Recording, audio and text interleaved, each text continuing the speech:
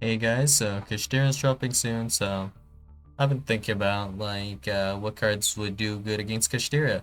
For example, if you look at the Super Ancient Organism, this looks like it would be good going first, but not going second. Well, you're horribly wrong, I suppose.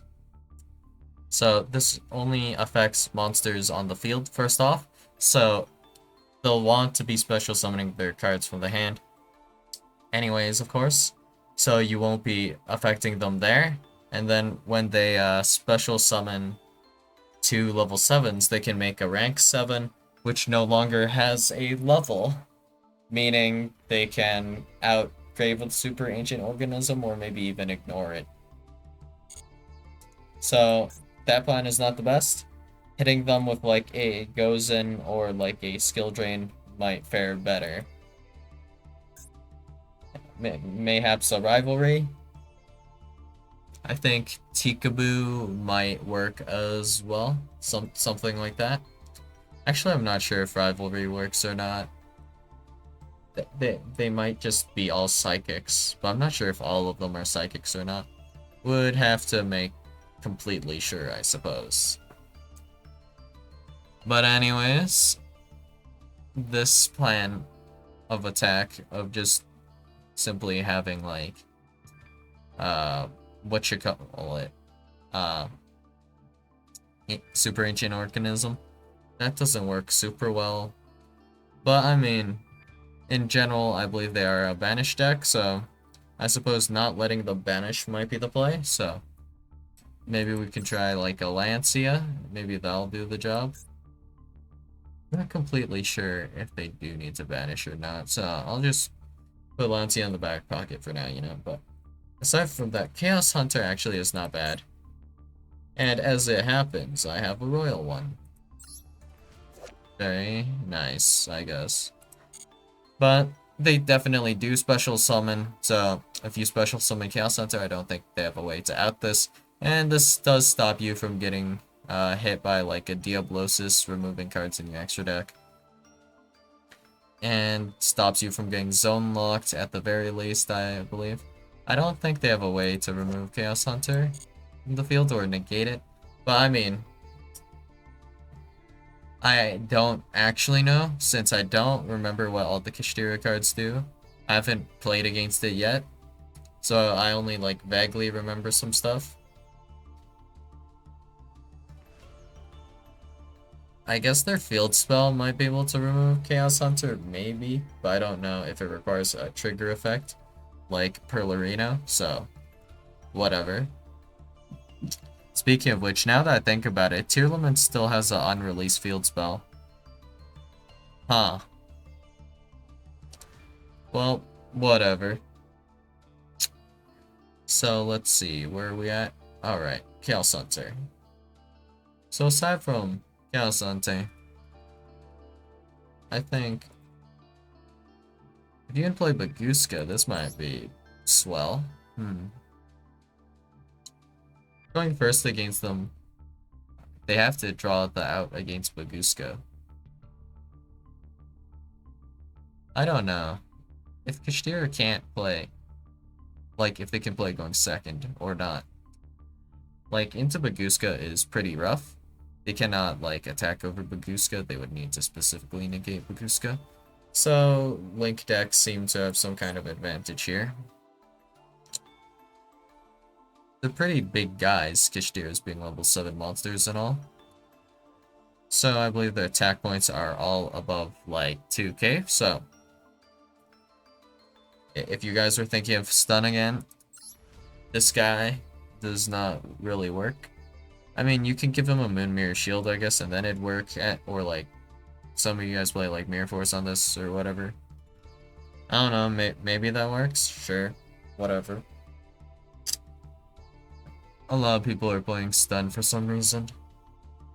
I've gotten hit by like back to back to back stun, like just so much stun. It's actually crazy.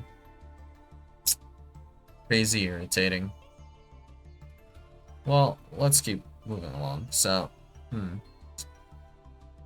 any other interesting cards we might be able to run? Well, I'm not completely certain, so if you guys would tell me in the comments, that might help me deck build in the future, I suppose.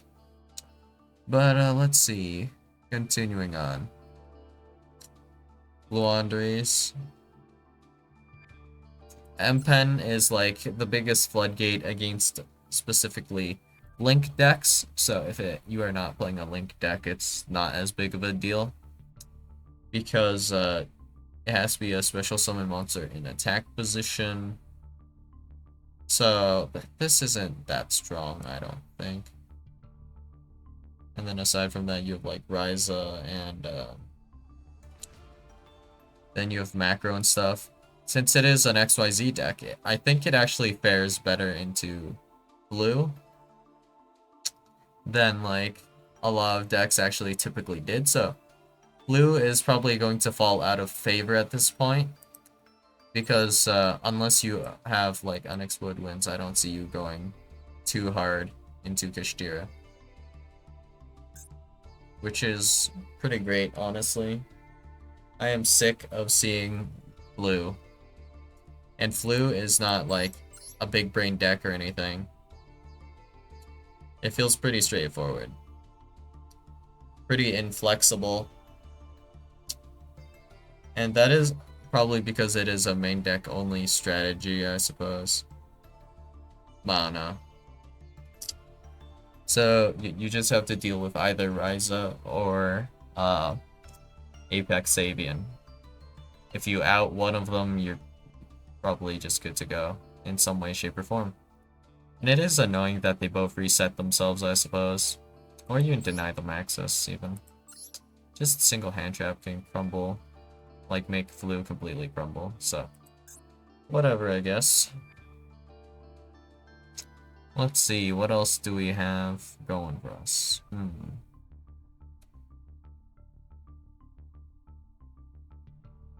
Well, I guess some new archetypes will drop before Kashtira does. I think Ninja will likely get their support before Kashtira drops. At the rate we're going right now.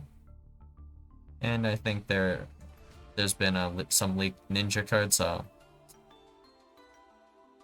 good chance those come first, but I hear the mirror for ninjas is actually really annoying for some reason. Not completely sure. But let's see. I don't really want to look into completely hard just floodgate decks like Runic Stun. Because they're just really irritating and it's just a kind of draw the out simulator. But Nibiru is not something they deal with super well, so Nibiru is on the table again. Hitting your opponent with a Nibiru. When was the last time you saw a Nibiru? Probably been a hot minute since, like... Let's see, it's like... What was it, like? 5 or something decks? Don't even slightly care about, like, Nibiru, like, probably the 5 most played right now. I think only like maybe one of them cares about a Nibiru, but they lose to like a billion different things anyways. I don't remember though, but yeah. Like Sprite is not really, they don't care, Tier doesn't care, Flu doesn't care, and then like, I don't know what else is being played right now, I don't remember, but they probably don't care about Nibiru. Who cares about Nibiru? Do you care about Nibiru? When was the last time you played around Nibiru? Probably been a while, huh? Well, anyways, let's see. I don't think, like, stuff like Dark Law is going to do well. So, aside from stun decks, it's pretty rough because you're playing against a macro Cosmos, basically, if you're going second. So, I guess maybe Branded Thunder Dragon will do kind of well. Thunder Dragons. So Thunder Dragons have finally all come back to 3. And just as expected, no one is super playing Thunder Dragons. I mean, like, people are still playing Colossus anyways, but they did already. Nothing's changed. And the issue with Thunder Dragons being like you can only activate one effect per turn. So like if you use the discard effect, you can't use the effect or if this card is banished or sent from the field to the graveyard. And they are all like this. Aside from Thunder Dragon, which only has this effect, which is not hard once per turn. So I mean, like, in general, macro fares better, right? Well, you fare better under macro than other decks. But there's like one slight issue, I guess, with Thunder Dragon. With Thunder Dragon, the issue, in my opinion, is that the cards can't be as tacked in with other decks because you need something to either banish your Thunder Dragons or, I guess, to send your Thunder Dragons to the graveyard under like a macrocosmos type thing, which is a bit annoying to set up or not as consistent as you would like. I don't remember if Arise Heart is one-sided either. Maybe that would help you out a little bit. Maybe not, actually. Because that makes Thunder Dragon something you kind of want to open, but you don't want to open too many, but you still have to run them because you want to open them. But they're like all garnets that do nothing. Which is kind of a rough kind of thing about Thunder Dragon. And also your boss monsters, aside from Colossus, I guess aren't the best. This Titan is like only okay if you ask me. As it happens. So maybe Thunder Dragon is not quite the play. So Branded actually does somewhat require the graveyard for a bunch of their stuff. So Branded, not quite the play either, and Bestials will fall out of favor pretty soon when Kashtira drops, because yeah, their effects are pretty not that useful. Like they might be a body at most. That's the way I see it, at least. So not super popping off with this. Well, what else do we have? Some of the Kashtira monsters are dark, I guess. So Sword Soul being able to play Protos,